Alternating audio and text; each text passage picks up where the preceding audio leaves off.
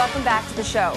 Matt Wells is with Coldplay in their London studio where they discovered their new sound and came clean about their Arcade Fire envy. Pretty much from the moment I sat down to interview the guys from Coldplay, I noticed Chris staring at my shirt for some reason, and he was even grilling me about the brand name.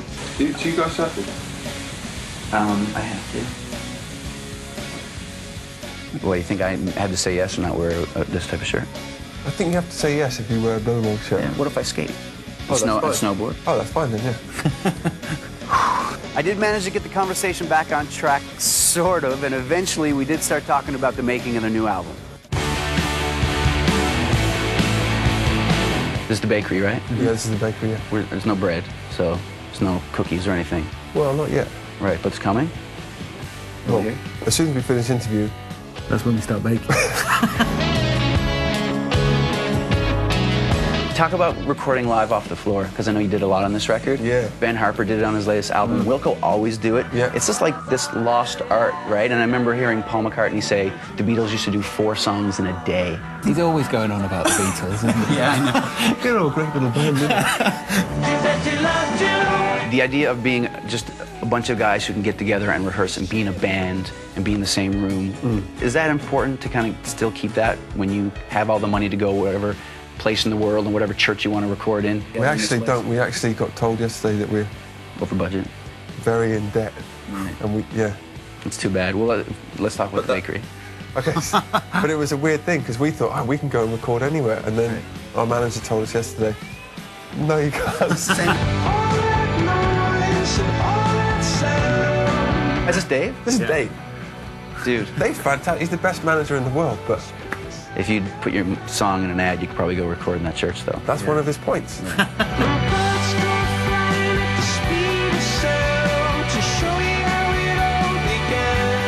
So the point is, what was the point? Just about being the bakery, being a bunch of guys who can just play darts and make music. I think if we lost that connection, which we started to a little bit, then everything else falls apart.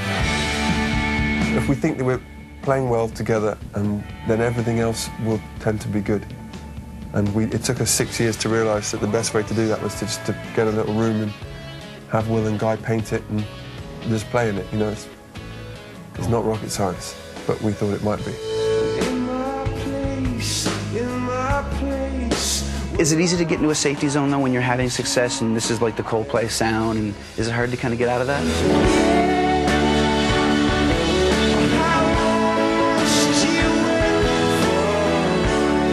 Yeah, it takes about a year to get out of it.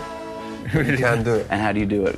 You do it by banning certain instruments for a while. Right. You do it by telling your singer to sing differently, which, as the singer, it's not an easy thing to hear.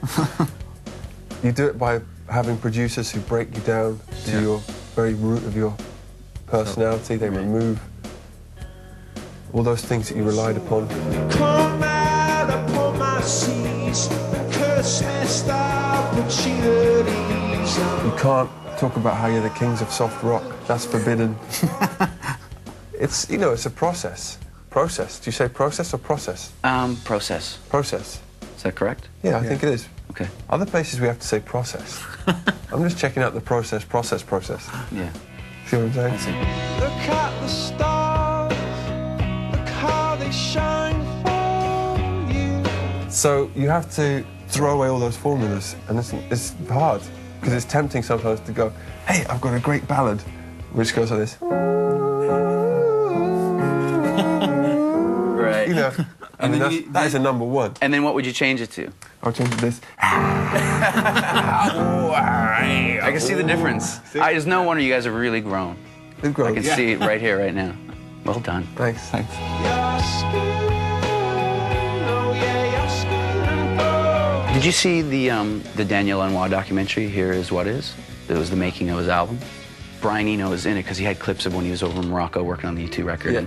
And Brian Eno said this great quote or something like, what people don't realize about making music and recording is that you need to take shit and make it really sound beautiful and sound really good. What do you think of that idea? That sounds very much like Brian. Yeah? Was a long and dark December. The thing with Brian Eno, especially even when I heard the latest Paul Simon record he did, what Brian Eno does is push people to do things they never did before. And I had to imagine that's why, one of the reasons you wanted to work with him, right? Yeah. Did you feel like you were in a bit of a safety zone with what you were doing and you needed someone to push you out of it? I think so. I think we were in danger of repeating ourselves, really. I think we were in danger of repeating ourselves. Like repeating yourself, saying it twice. I think we were in danger of repeating ourselves. You don't want to be repeating repetitive. ourselves. You don't want to say things again when they've been said once. It just gets redundant. It's redundant. It's just repetitive. You know, any time we can get with him is amazing because he makes us much, much better. It's a nice feeling. I bet he'd appreciate you saying that. I don't think he would. I don't think he No? would give a flying.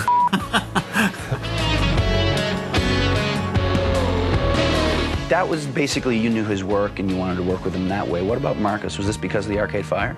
Yeah. Just because of that?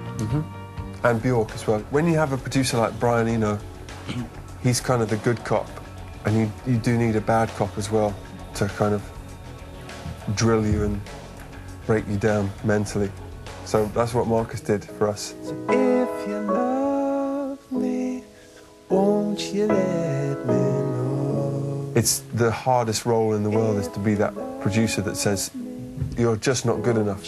Go back in there and do it again. Yeah, that take was no good, you're flat, dude. Yeah, I mean, and he does that, and that, you know, we really salute him for that because it's not an easy thing to do, and you don't get any credit at the end. So I'm saying now, I'm giving Marcus credit for being a total bastard and making us work harder. And you guys are big fans of the Arcade Fire, right? Yeah, okay. Just okay. They're okay. I think they're probably the 19th best band to come out of Montreal in the last 6 weeks. Wouldn't you agree with that? Yeah, at least. I'd probably okay. put them in the top 10. They're okay. I mean, they've made 2 classic records without seeming to, you know, so they're a lot better than us. So what? What can we do about it?